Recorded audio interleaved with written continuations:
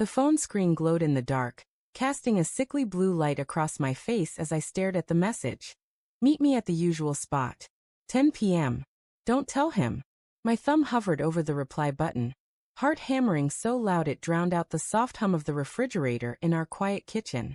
It wasn't my phone.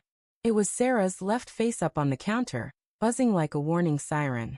I'd only picked it up to silence it, thinking it was a spam call waking us at midnight.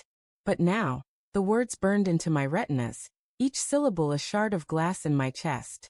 I set the phone down, hands trembling, and glanced at the hallway leading to our bedroom. Sarah was asleep, her soft snores drifting through the open door. The woman I'd loved for 8 years, married for 5, who'd laughed with me over burnt dinners and held my hand through my father's funeral, was hiding something. Or someone. The air felt thick, oppressive, like the house itself was holding its breath, waiting for me to decide what to do next. I didn't confront her that night. I couldn't. My mind churned, replaying every moment of the past few months. Her late nights at work, the way she'd started locking her phone, the vague excuses about girls' nights that stretched past midnight. Each memory was a puzzle piece I didn't want to fit together. Instead, I poured a glass of whiskey, the burn in my throat a poor distraction from the ache in my gut, and sat in the dark, listening to the clock tick toward dawn. The next morning, Sarah was all smiles, kissing my cheek as she poured coffee. "You look tired, Ben," she said, her voice warm but edged with something I couldn't place. Guilt? Pity? Work stressing you out again? Her hazel eyes met mine, and for a moment, I wanted to believe it was nothing. Just a misunderstanding. A friend's bad joke. But the memory of that text clung to me like damp clothes, heavy and cold. "Yeah, work," I lied, forcing a smile. "Long night." I watched her move through our routine, grabbing her keys, checking her reflection in the hall mirror. Her auburn hair caught the morning light, and I hated how beautiful she still looked, how normal this all felt. As she left for work, she called out, "Love you." The door clicked shut, and the words felt like a slap. That evening, Sarah dropped the line that would unravel everything. We were on the couch, half watching a movie, when she turned to me, her expression oddly serious. "Friends are forever, Ben," she said, almost rehearsed. "Husbands, they come and go." Her laugh was light, like she was joking, but her eyes didn't match the sound. They were distant, guarded, like she was testing me. I froze, the words slicing through the fog of denial I'd been hiding in. "Friendship is valuable," I said carefully, my voice steady despite the storm inside. "But so is loyalty." Her smile faltered, just for a second, before she changed the subject. That was the first crack in the dam. I didn't confront her. Not yet. Instead, I decided to test her words. If friends were forever, I'd lean into that. I started saying yes to every social invitation. Drinks with coworkers, hiking with old college buddies, even a book club I found on a community board. I joined a weekend soccer league, filled my calendar with brunches and game nights, and made plans without checking with Sarah first. Each time I left the house, I'd catch her watching me, her brow furrowing as she asked, "Another night out?" I'd shrug casual and say, "Gotta nurture those forever friendships, right?" At first, it felt like rebellion. I was proving a point, showing her I could live by her rules. But as the weeks passed, I found myself enjoying it. The laughter, the stories, the sense of being wanted. It was a balm for the suspicion gnawing at me. Meanwhile, Sarah grew quieter. She stopped going out as often, her girls' nights dwindling. One evening, as I grabbed my jacket for a trivia night, she snapped, "You're never available anymore, Ben. It's like I don't even exist to you." The irony hit me like a punch. "I'm just making friends," I said, my voice calm but laced with steel. "You said they're forever."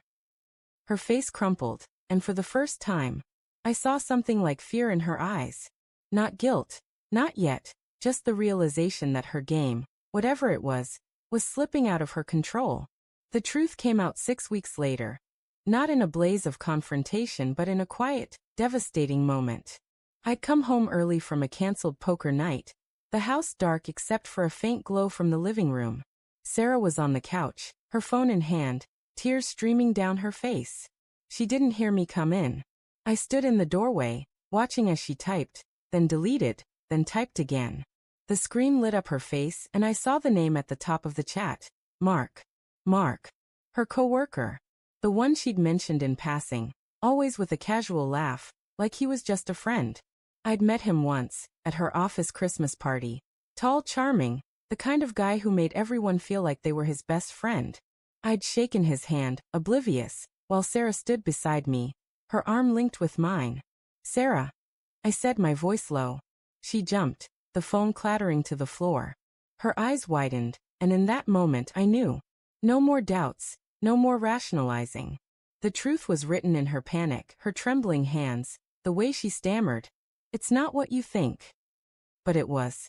She didn't deny it when I asked, point blank, if she was sleeping with him. She just cried, her words tumbling out in fragments. How it started as a flirtation, how she felt ignored, how Mark made her feel seen. Each confession was a knife, twisting deeper. I wanted to scream, to break something, but I just stood there, numb, as the woman I loved tore our life apart.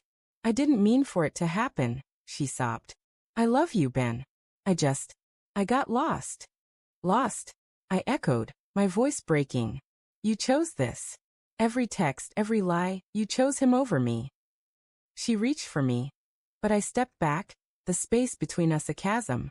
I thought of her words, friends are forever, husbands come and go, and realized the betrayal wasn't just Mark. It was the way she'd diminished us, reduced our marriage to something disposable. I didn't leave that night. I slept on the couch, staring at the ceiling, replaying every moment I'd missed, every sign I'd ignored. The next morning, I made a decision. I packed a bag, not to leave forever, but to give myself space to breathe, to think. As I stood at the door, Sarah grabbed my arm, her voice desperate. Please, Ben. We can fix this. I'll end it with him. I'll do anything. I looked at her, really looked at her, and saw someone I didn't recognize. Forever includes your life partner, Sarah. I said, my voice quiet but firm. You forgot that. I walked out, the door clicking shut behind me, the sound echoing like a gunshot. I didn't know if we'd ever find our way back, but as I stepped into the cold morning air, one truth settled in my bones. I deserved more than a love that came and went.